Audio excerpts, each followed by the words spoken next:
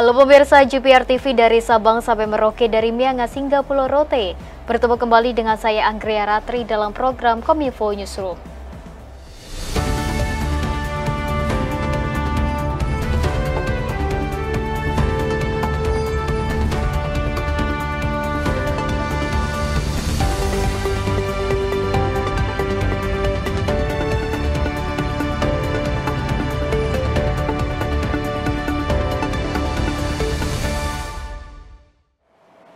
Kita ke informasi yang pertama pemirsa. Menpan RB Abdullah Azwar Anas mengimbau kepada seluruh masyarakat khususnya calon peserta seleksi CPNS 2024 untuk waspada terhadap penipuan bermodus calo yang menjanjikan jalur khusus.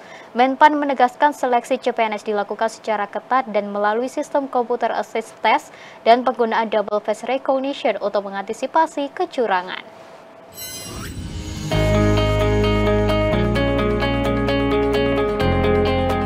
Menteri Pendayagunaan Aparatur Negara dan Reformasi Birokrasi Abdullah Azwar Anas mengimbau kepada seluruh masyarakat khususnya calon peserta seleksi CPNS 2024 untuk waspada terhadap penipuan praktik pencaloan yang menjanjikan jalur khusus. Pemerintah memastikan bahwa seleksi CPNS dilakukan secara ketat dan adil. Seleksi dilaksanakan melalui sistem komputer assisted test dan penilaian dilakukan secara otomatis sehingga tidak ada ruang untuk manipulasi proses seleksi.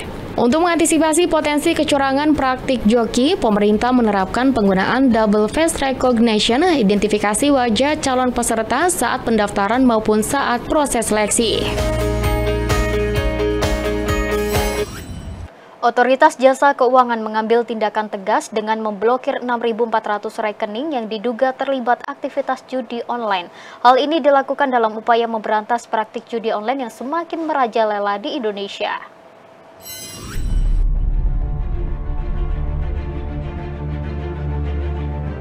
Dalam upaya memberantas praktik judi online yang semakin merajalela di Indonesia, pemerintah melalui Otoritas Jasa Keuangan memblokir 6.400 rekening yang diduga terlibat dalam aktivitas ilegal ini. Kepala Departemen Perbankan Syariah OJK Deden Firman Hendarsyah menegaskan bahwa tindakan blokir rekening merupakan bagian awal dari strategi yang lebih luas, bukan hanya untuk menghentikan transaksi, tetapi juga untuk menelusuri lebih jauh aliran dana yang mengalir di balik praktik judi online tersebut. OJK meminta lembaga perbankan untuk melakukan investigasi mendalam terhadap rekening-rekening yang terindikasi mencurigakan.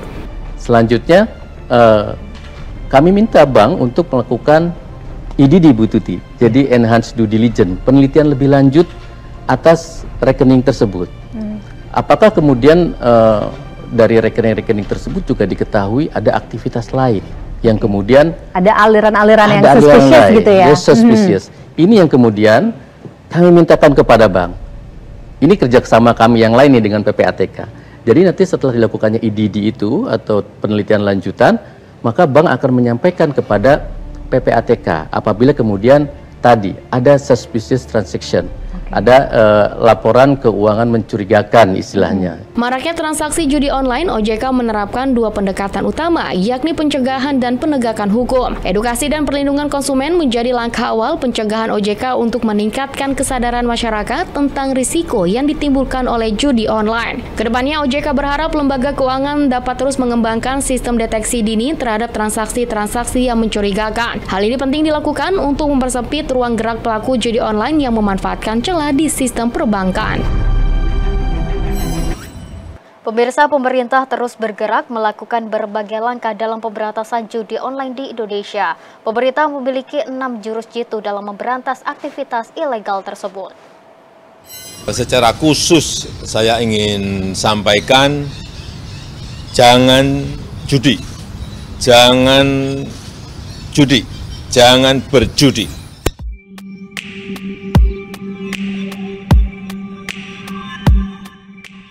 Pemerintah terus berupaya dalam memberantas judi online di Indonesia. Salah satu langkah yang dilakukan adalah dengan mengeluarkan 6 jurus jitu berantas judi online. Yang pertama adalah memblokir aplikasi dan perangkat lunak jaringan privat VPN untuk memberantas judi online. Kedua, memutus layanan penyedia akses internet dari Kamboja dan Filipina. Ketiga, memperingatkan dan memerintahkan platform digital untuk mengendalikan sistem penamaan domain. Keempat, yakni merumuskan kebijakan pembatasan transfer pulsa maksimal 1 juta per hari.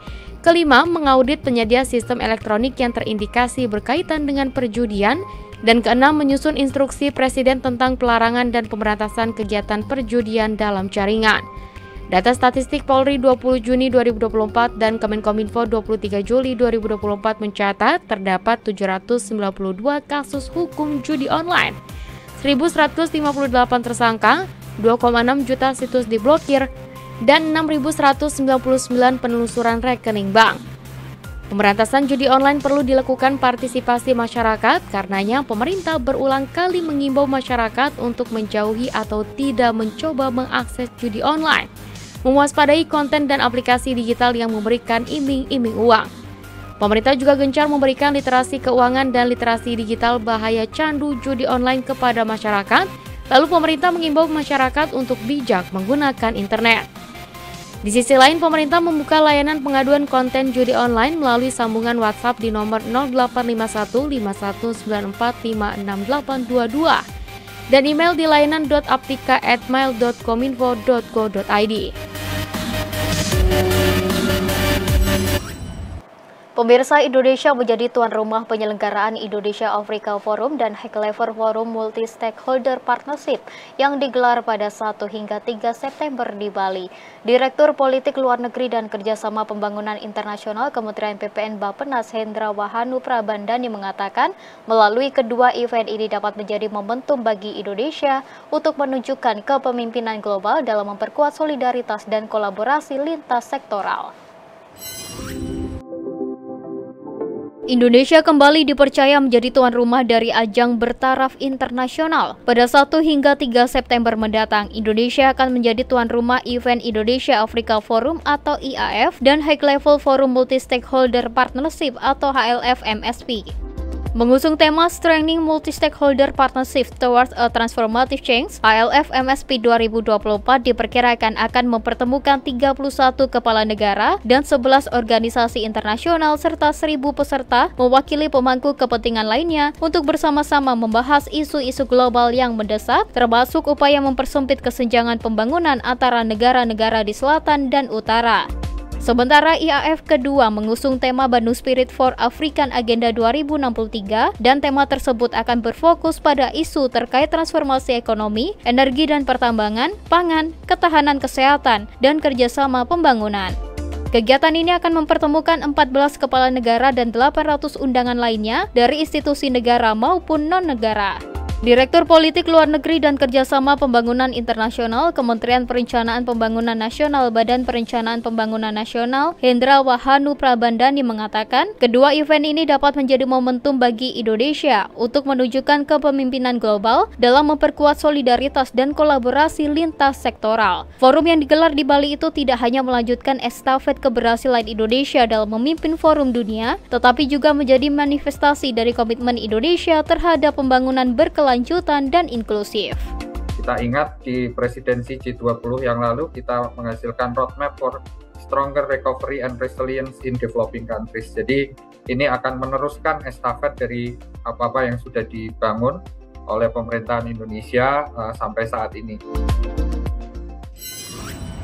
Pemirsa, kami akan segera kembali dengan informasi lainnya, tetaplah di Kominfo Newsroom.